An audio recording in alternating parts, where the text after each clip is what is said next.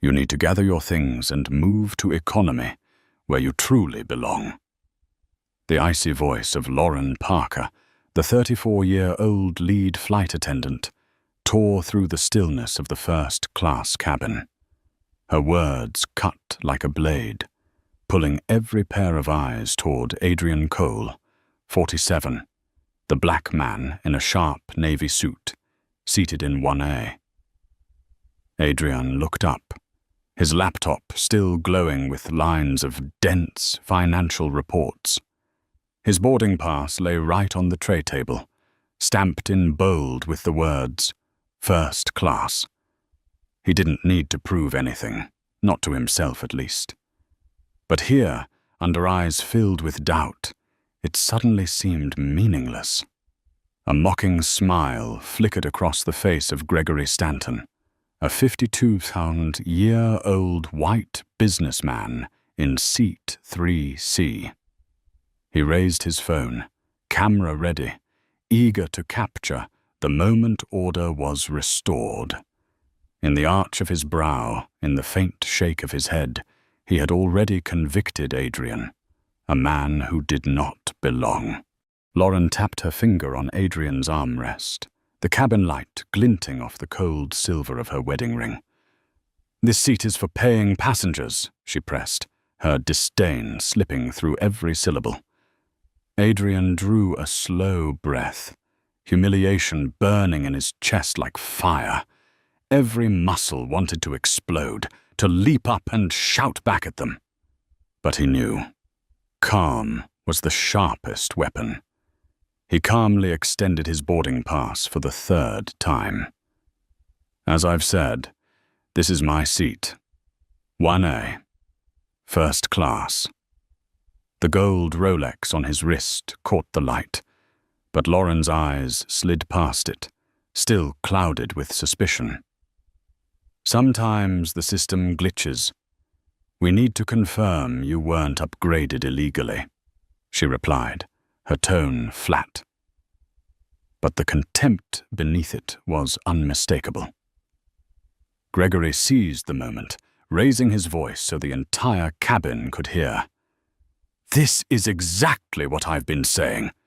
People sneaking into places they don't deserve, not paying, then gaming the system." The cabin grew suffocating.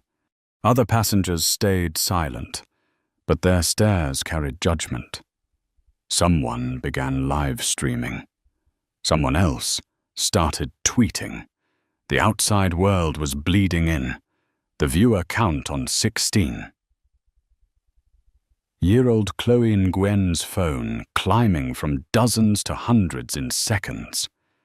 Adrian's eyes flicked to his own phone. A new message from his CFO. "Private jet available if commercial doesn't work. Board meeting moved to 3 p.m. He closed the alert quickly, letting no one see. With a single tap, the entire ordeal could end. But he remained still, arms folded, wearing a faint, meditative smile. Lauren bristled at his composure. She called sharply toward the door. "We have a situation in first class. Send someone up now." Minutes later, Helen Fisher, the 49-year-old gate supervisor, arrived with Officer Daniel Brooks, a 42-year-old security officer with a crackling radio at his hip. Helen glanced at Adrian, her fingers flying across her tablet. "Miss Cole, the system shows you purchased an economy ticket at 11:47 p.m. last night. This is not your seat." Adrian opened his phone and held out the email confirmation. 11:47, yes, but booked in F class. Clearly. His voice stayed level, though his eyes flared with restrained fury. Officer Brooks stepped closer, his tone even. "Sir, this can go quickly if you cooperate.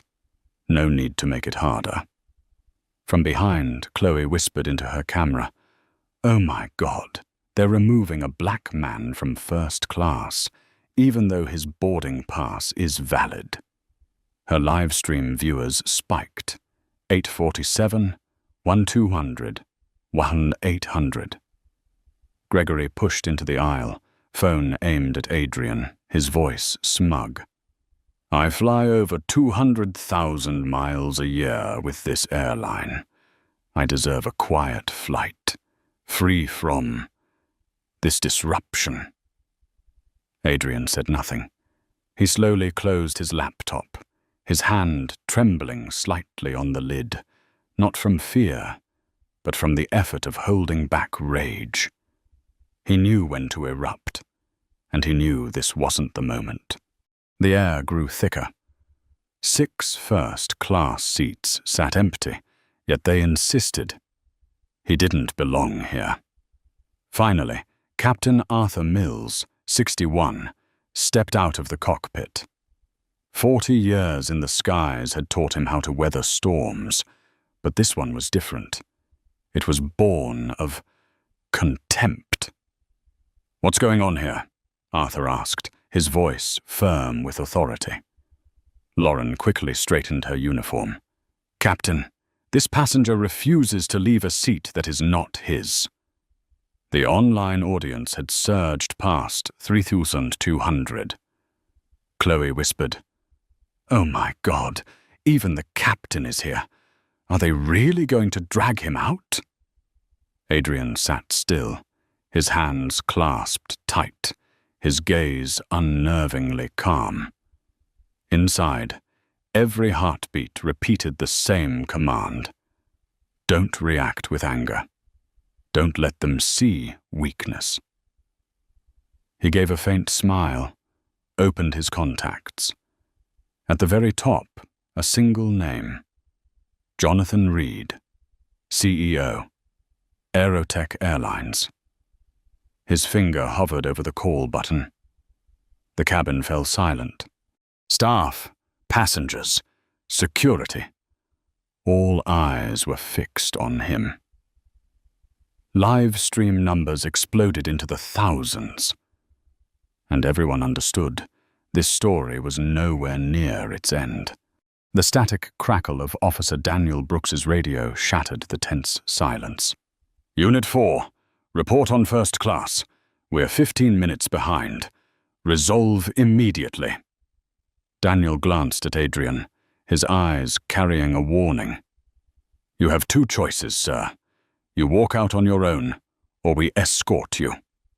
His voice was low and firm, but there was unease underneath it. He knew this confrontation was being live-streamed, thousands of eyes outside the cabin, watching his every move. At the back, Chloe Nguyen's phone screen ticked upward. 3,800, 4,200, 5,000 viewers. Comments flooded the feed. Clear discrimination. He obviously has a ticket. Are they blind? No way, look at him. He must have sneaked in.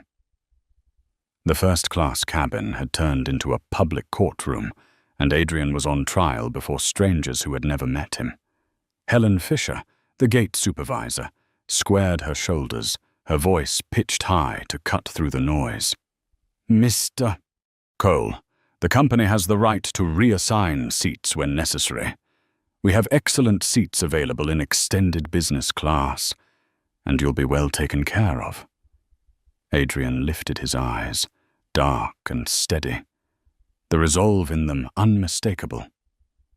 There is no reassignment. This is the seat I purchased. I am sitting exactly where I belong. Helen's voice tightened. If you refuse, we will have to proceed under policy.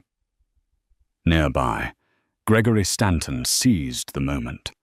He angled his phone to capture the circle of 3 airline staff and a security officer surrounding a single man whose only act was sitting in his rightful place.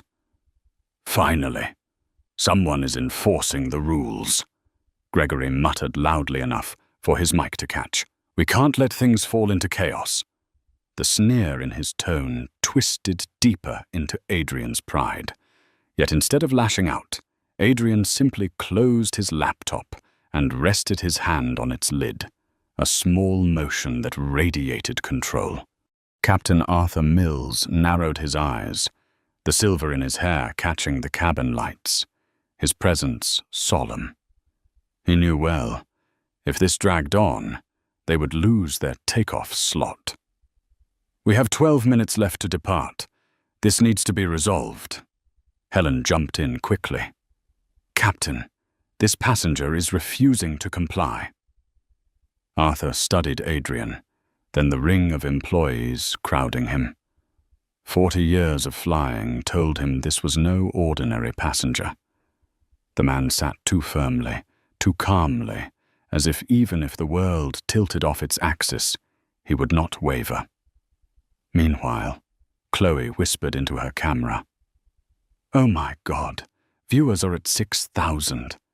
They're really going to drag him out, and he's still sitting there, silent, not yelling, not moving."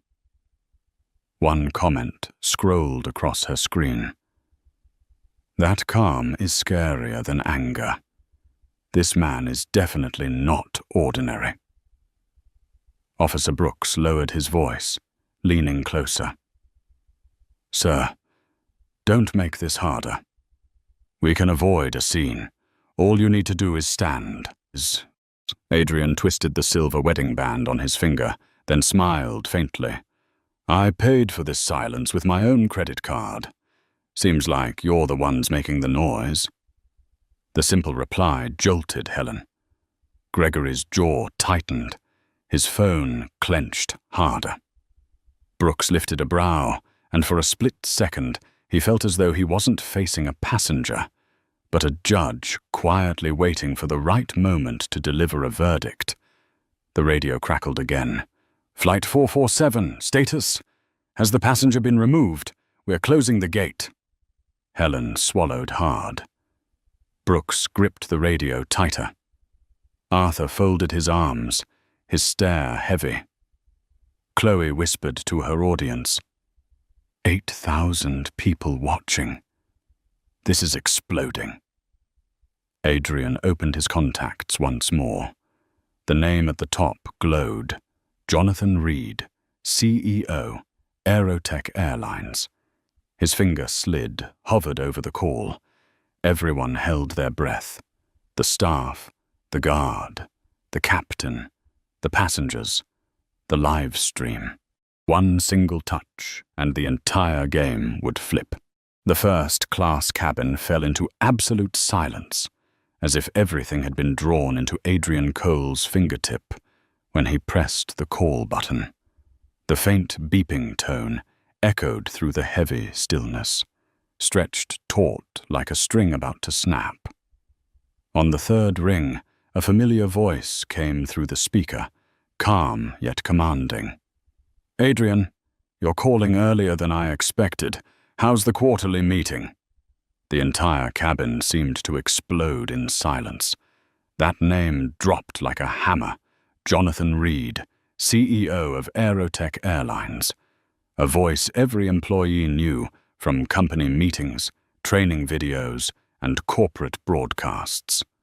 Lauren Parker froze, her hand that had been pointing at Adrian suspended mid-air. Color drained from her face, as if the blood had vanished from her body. Helen Fisher stiffened, the company policy binder slipping from her grasp and clattering to the floor. Officer Daniel Brooks instinctively stepped back, his radio nearly falling from his hand. And Gregory Stanton, the businessman who had been recording with a smug grin, trembled. His camera caught his own face, contorted in sudden confusion. Adrian smiled faintly, setting his phone on the tray table so the entire cabin could hear. "Jonathan, I'm sitting on your flight 447, seat 1A, first class, and it seems your team is trying to move me down to economy. They've decided I don't belong in the seat I paid for." Jonathan's voice turned sharp, his tone slicing through the air. "I'm sorry, Adrian. Did I hear that correctly? My employees are attempting to remove you from the first-class seat you purchased?" The cabin held its breath. Captain Arthur Mills instantly understood the magnitude of the storm brewing. In 40 years of flying, he had never witnessed a political and corporate hurricane form so quickly. He glanced around, seeing every crew member frozen like statues. "Miss Reed," Arthur began cautiously. "We had a small issue confirming the ticket." Jonathan cut him off, his voice grinding like steel. "Captain Mills, I am looking at the flight data right now from Central Operations. Seat 1A was purchased in full, $3,247 at 11:47 p.m. last night. Purchaser, Adrian Cole. What exactly is there left to confirm?" Helen's knees buckled as she stared at the floor. Lauren bit her lip until it turned white, her hands clenched so tightly they shook. Chloe Nguyen's live stream exploded, the viewer count skyrocketing past 12,000. Comments poured in like a flood. "Oh my God, he actually called the CEO! This is the biggest plot twist I've ever seen." Their careers just went up in smoke. Chloe whispered into her phone, her voice trembling. "You guys, he isn't just anyone. He's the biggest corporate client this airline has. I heard the CEO say it himself." Adrian rose slowly. Not to leave, but so that every eye could see the calm in his stance. He turned, scanning Lauren, Helen, Daniel, and finally Gregory, the one still recording, his hand shaking uncontrollably. "Jonathan," Adrian continued, "you should also know, right now, at least 3 passengers are recording, and 1 live stream with tens of thousands of viewers is broadcasting everything. The footage shows your staff surrounding a paying customer, preparing to drag him out of his first-class seat. And that customer happens to represent 23% of Aerotech's annual revenue." A deathly silence hung in the air. Jonathan's voice returned, each word landing like a verdict. "Helen Fisher, Lauren Parker, Daniel Brooks. Do you hear me?" The 3 flinched as if shackled by invisible chains. "As of this moment, you are suspended without pay. When this plane lands, I expect detailed reports on my desk." Lauren's legs buckled, nearly collapsing where she stood. Helen clutched a seat for support, her face ashen. Daniel lowered his head, sweat dripping down his temple. Adrian closed his phone, gave a small nod, and settled back into seat 1A. The cabin was so silent, no one dared to breathe. Only the hum of the air vents and the pounding hearts of employees who had just lost their careers filled the space. The air in the first-class cabin grew dense, as if the oxygen had been drained away. Every eye was fixed on Adrian Cole's phone, its screen still glowing. Jonathan Reed's final words still echoed through the cabin like a death sentence hanging over 3 airline employees. Adrian did not rush. Calmly, he opened the leather case on his table and drew out a thick folder, its cover stamped with the Williams Holdings logo. Every motion was deliberate, precise, as though he were preparing for a board meeting rather than a confrontation at 30,000 feet. "Jonathan," Adrian's voice was steady, but heavy with the weight of a gavel striking a bell. "Do you remember the contract we renewed last month?" On the other end came the sound of rapid keystrokes. Jonathan was pulling up data. Within seconds, his voice returned, sharp as ice. "Of course. $127 million annually. Williams Holdings is Aerotech's largest corporate client. That figure accounts for nearly a quarter of our entire business travel revenue. The first-class cabin erupted in audible gasps. Gregory Stanton nearly dropped his phone, the camera that was meant to capture the unmasking of a fraud, now recording the image of a man powerful enough to swallow an entire airline whole. Helen Fisher bowed her head, lips trembling. A moment ago she had been enforcing policy. Now she was staring down the end of her career. Lauren Parker gripped the armrest so tightly, her nails left deep marks in the leather. One thought pounded in her mind. I just tried to throw out the very customer who pays this airline's bills. Officer Daniel Brooks stepped back again, sweat soaking his back, a cold chill running down his spine. Adrian raised his boarding pass and turned it toward Chloe Nguyen's phone. The teenager, whose live stream now shook in her trembling hands. The bold print read, "First class, seat 1A.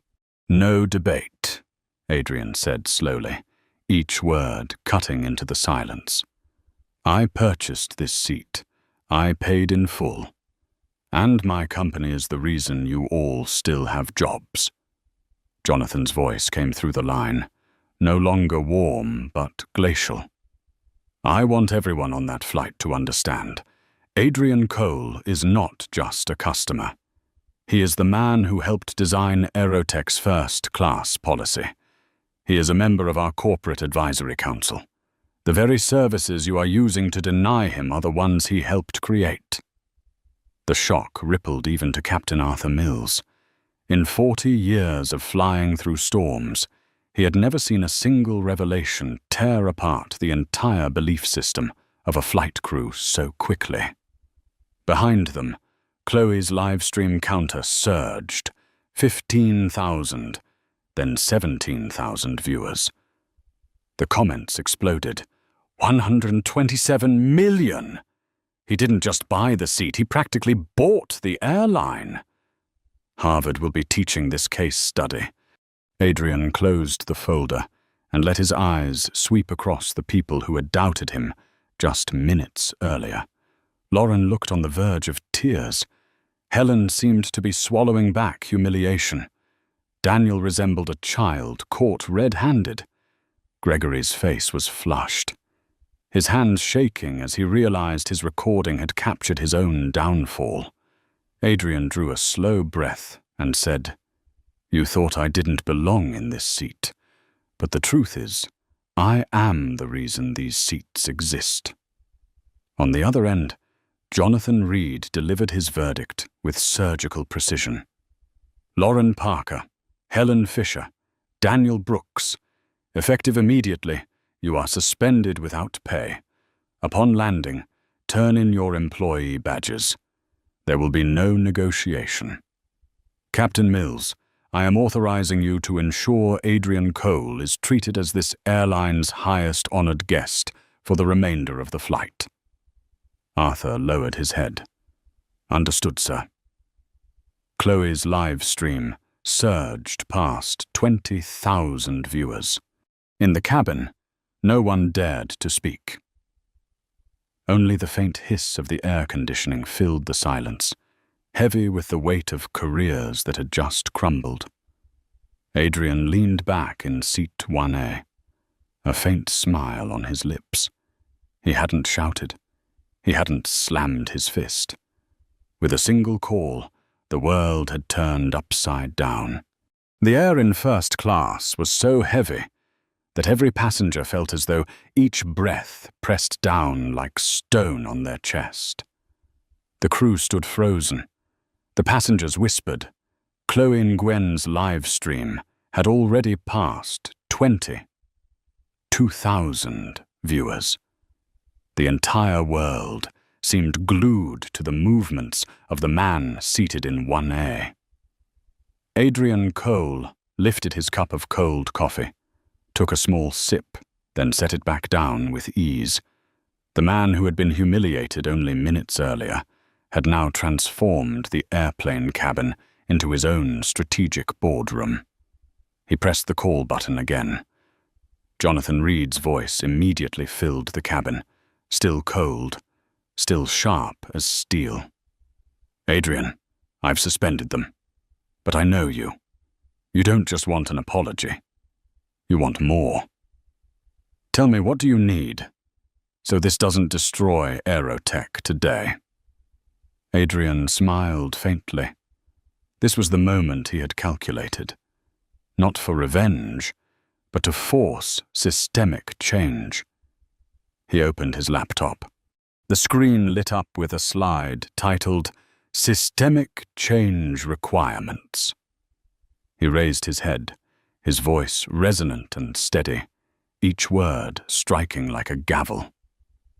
"Jonathan, if Aerotech wants to keep Williams Holdings $127 million, 7 changes must be made immediately. 1. Company-wide bias reporting. No more hiding incidents at the branch level. Every act of discrimination must be logged directly with headquarters. 2. Monthly anti-bias training. Not token workshops once a year. I want consistent training, with testing, with consequences for those who fail. 3. Leadership bonuses tied to inclusion scores. If a region racks up multiple discrimination complaints, the regional director loses their bonus. Simple and clear. 4. Passenger Dignity App.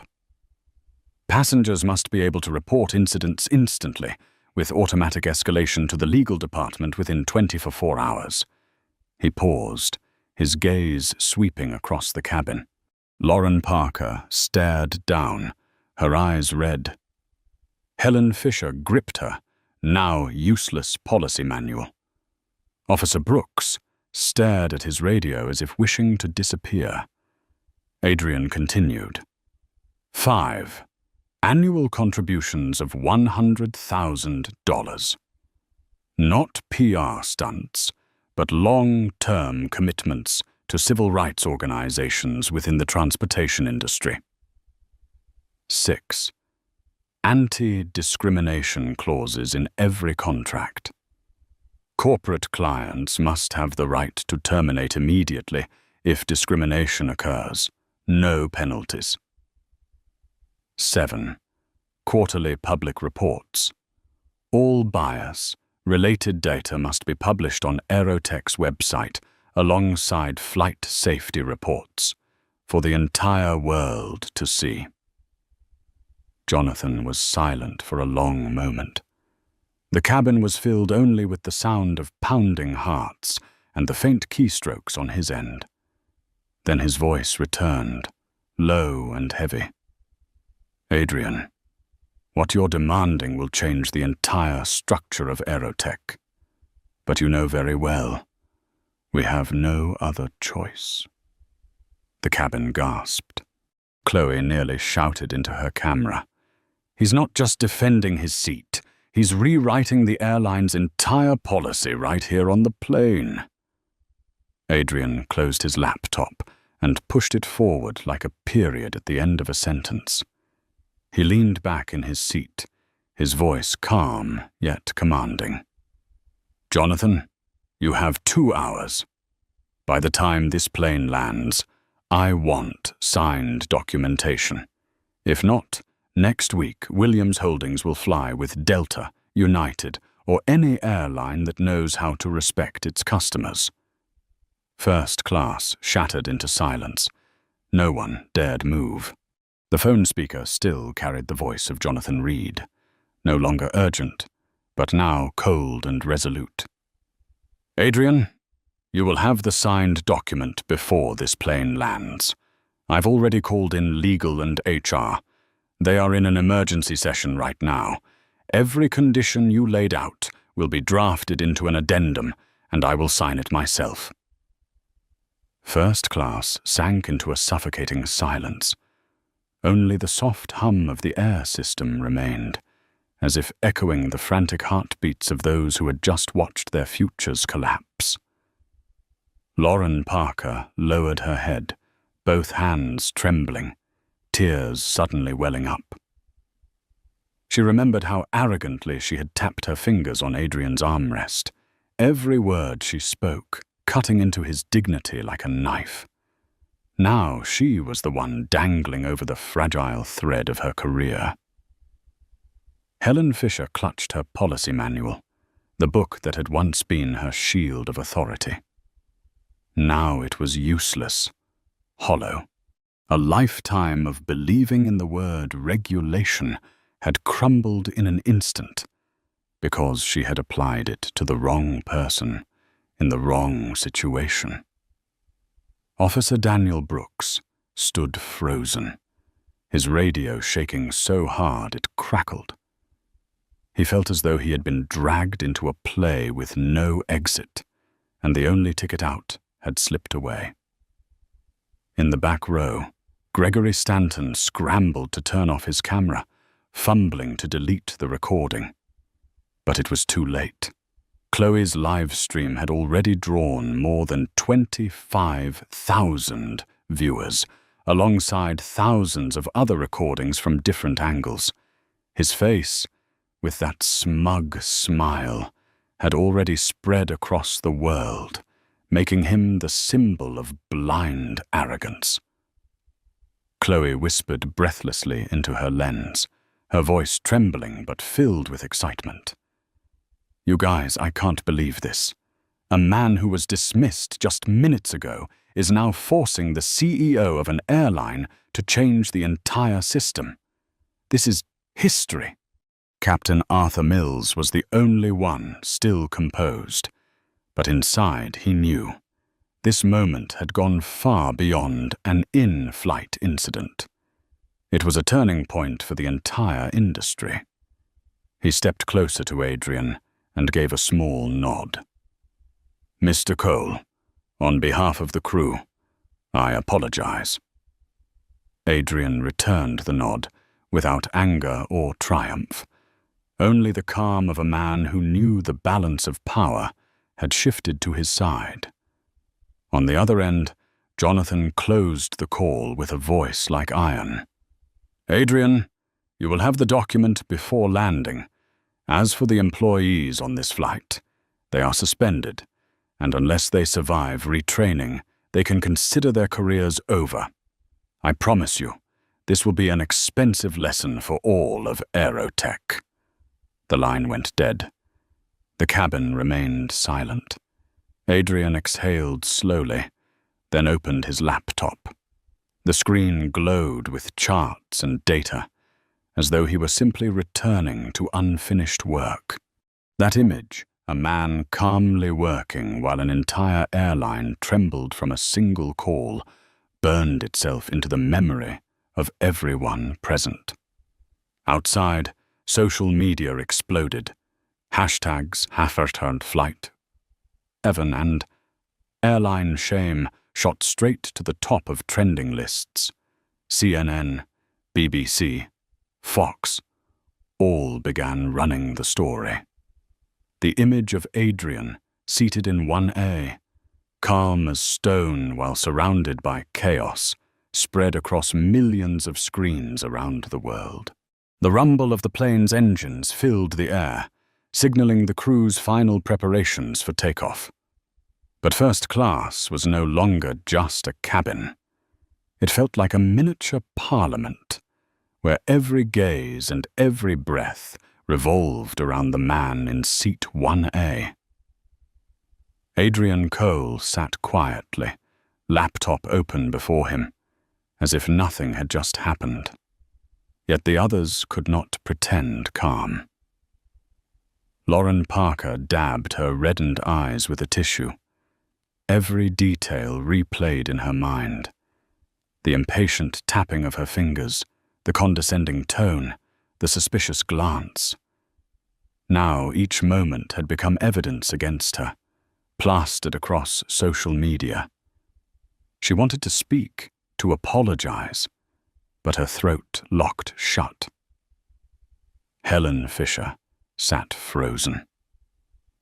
After 20 years clinging to the rule book, she had never imagined the day her policy manual would become a punchline. She once believed regulations would protect her. Now they only exposed her rigidity and lack of humanity. Officer Daniel Brooks stood in the back, sweat pouring as if he had run a marathon. His thoughts turned to his family, to the mortgage still unpaid. One poor decision, and his entire life was unraveling. Behind them, Gregory Stanton clutched his phone, now powered off, his chest tight with shame. He had thought himself the judge, but had become the fool mocked by tens of thousands. Why did I sneer at him? He wondered. But the answer came too late. Meanwhile, Chloe Nguyen trembled with excitement. Her phone warned of just 12% battery, yet her live stream viewers had surged past 28,000. Messages poured in. "Don't stop. This is history." "Girl, you just created the most valuable live stream of the year." She had never imagined that pressing go live would make her a global witness to an upheaval unfolding mid-air. Whispers rippled through the cabin. A middle-aged man murmured, "We're sitting next to an earthquake." The woman across from him shook her head, her eyes fixed on Adrian. "No, this is a lesson." Adrian closed his laptop, his steady gaze sweeping over each face. He didn't need to shout, didn't need to justify himself. His silence now was the loudest voice in the room. He thought of the figure. 120 halls, $7 million. He thought of the 847 employees from his company who flew with Aerotech each month, of the thousands of trips logged in spreadsheets. But above all, he thought of his mother, the woman who once had to squeeze into the cheapest seats in economy, quietly enduring the scornful glances. If she could see this moment, she would smile, Adrian told himself. Outside, the sky darkened, while the cabin lights reflected across the faces of those who had just lost their careers and those who had just awakened. The world beyond still roared on social media. But inside this cabin, it was the storm of silence that left everyone breathless. The familiar ding of the seatbelt sign chimed, followed by the calm voice of a flight attendant. "Ladies and gentlemen, we have reached cruising altitude. Please sit back, relax, and enjoy the flight." The words sounded bitter. No one in first class could possibly relax. Everyone was still trapped inside the storm that had just erupted. Adrian Cole's phone vibrated. A new email appeared. The sender, Jonathan Reed, CEO of Aerotech Airlines. The subject line, "Commitment Agreement, effective immediately." Adrian opened it. A PDF filled the screen, bearing Jonathan's digital signature and Aerotech's official seal. Passenger Dignity app to be launched within 30 days.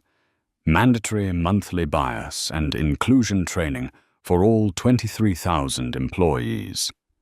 Regional executives will lose bonuses if discrimination incidents occur. Quarterly bias reports to be published publicly on the company website. Corporate contracts to include a termination clause triggered immediately by discrimination without penalty. Annual contributions of $100,000 to civil rights organizations. A complete review of all customer-facing procedures. And at the very bottom, one line, small, but carrying the weight of steel. This commitment takes effect immediately and will be announced internally within 24 hours. Helen Fisher trembled, stealing a glance at the screen, but too afraid to come closer. Lauren Parker covered her face with her hands as tears streamed down. She understood. This was a verdict, not just for her, but for everyone like her in the industry. Officer Daniel Brooks stared at the floor, his radio slipping from his belt, hitting the empty seat beside him with a sharp, hollow clatter. The sound echoed like the final punctuation mark on his career. Adrian finished reading, then slowly raised his head. His voice was calm, but it resonated through the cabin. You treated me as though I didn't belong here. But in truth, this moment has rewritten the way Aerotech must treat every passenger from now on. The cabin was utterly silent. Every gaze, filled with regret, fear, or admiration, was fixed on him. Meanwhile, Chloe and Gwen whispered into her live stream. "You guys, this has gone beyond anything I ever imagined. I am watching an airline sign a policy overhaul while still in the air." The viewer count shot past 35,000. Comments poured in. "This feels like a movie, not real life." He just turned a plane into the boardroom of an entire corporation. Captain Arthur Mills stepped forward, his voice low but steady. "Mr. Cole, in 40 years of flying, I have never seen a passenger force an airline to change in midair. You didn't just reclaim Seat 1A. You reclaimed dignity for everyone who will fly after you." Adrian nodded, a faint smile flickering across his lips, even as a tide swelled within him. He thought of his employees, of the thousands of people who would no longer have to endure scornful glances when stepping into first class. Outside, the world was erupting. On social media, the hashtags #Flight447 and #Dignity in the air surged to the top of global trends. CNN flashed breaking news across its screen. Corporate client compels Aerotech Airlines to sign reform agreement mid-flight. The plane began its descent, and the captain's voice came over the intercom. "Ladies and gentlemen, please fasten your seatbelts. We are preparing to land." Outside, a blazing red sunset spread across the clouds, breathtaking in its beauty. But inside the first-class cabin, no one had the heart to admire it. Everyone was still shaken after witnessing a single man's resolve in keeping his rightful seat force an entire corporation to change. Lauren Parker slowly stepped toward Adrian Cole, her eyes red, her voice breaking. "Mr. Cole, I don't know what to say. I was wrong.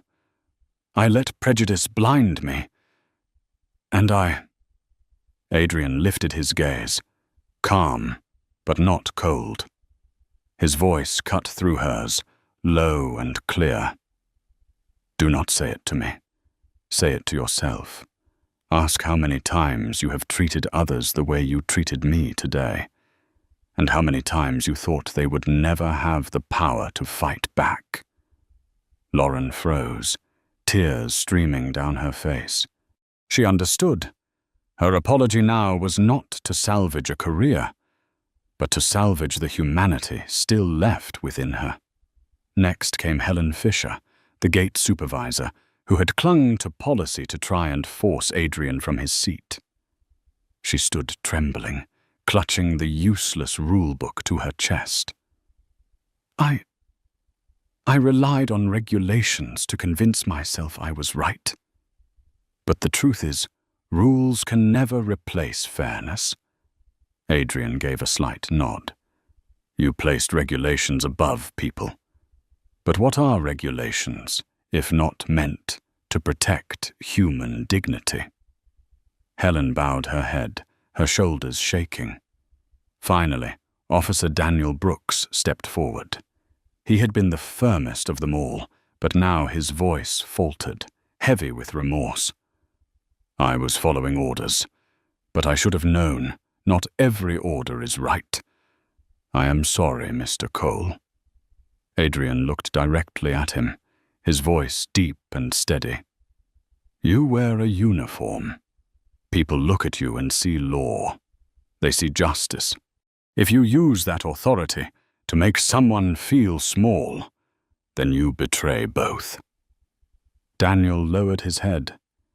His eyes clouded with tears. The three of them stood before Adrian like students called to the front of the class. They were no longer figures of authority, no longer hiding behind the masks of power. They were simply people who had stumbled in the face of truth.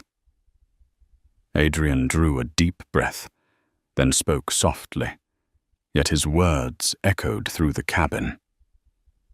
You may lose your careers, but more important than that, do not lose this lesson. I do not want to see another passenger endure what I endured today. If you truly regret it, then learn, change, and prove you are worthy of a second chance. The plane shuddered gently as it touched the runway. In the cabin, many passengers broke into applause, not because of the safe landing, but because they had just witnessed a journey that had changed history. Chloe, whose phone had long since died, whispered softly, as if only to herself. He didn't just keep his seat. He kept dignity alive for all of us. The plane screeched as its wheels touched the runway. A sharp jolt, then it smoothed out. Passengers exhaled in relief, but no one hurried to unbuckle their seatbelts as they usually would.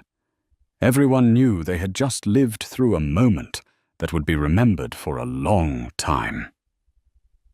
When the cabin door opened, camera flashes burst immediately from the jet bridge. The press had been waiting. News had spread long before the plane landed. The name Flight 447 flooded Twitter, Facebook, CNN, and BBC. A reporter raised a microphone high. Mr. Cole, can you tell us what really happened on this flight? Adrian did not stop.